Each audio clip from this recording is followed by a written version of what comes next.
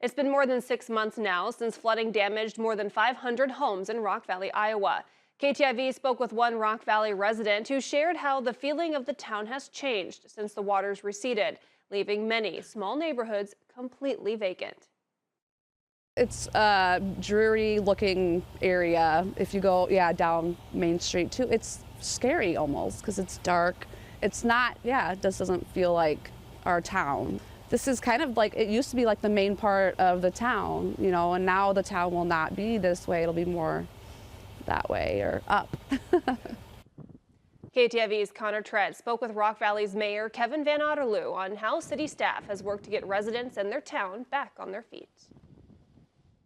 In June, Rock Valley Mayor Kevin Van Otterloo said that he and city staff would work to ensure the city's residents affected by flooding would be able to stay in Rock Valley. Now in December, we spoke with him about how the city has been working to make good on that promise. The city spent a lot of money getting K&K trailer courts to hold the campers this summer, and now it's been fitted with FEMA trailers.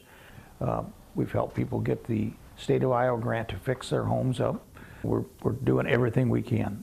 The city has dedicated multiple acres of land to new developments, and work has begun on the east side of Rock Valley to build new homes. We're working hard we have some developers. Lloyd Companies is in town. They're going to build an apartment building, and I think it's 25 private homes. And we've got other developers that are putting up more homes, so we're hoping by next spring we're going to have quite a few vacancies ready for people. Mayor Van Otterloo says that the rebuilding effort is leading to an increase in morale around town. I think they see, people working in their houses. They see the city trying to help as much as we can. They see the new houses going up. So I think they see that there is light at the end of the tunnel. It just takes a while, but in Rock Valley, we don't sit and wait for others. We do it ourselves. In Rock Valley, Iowa, Connor Trett, KTIV News 4.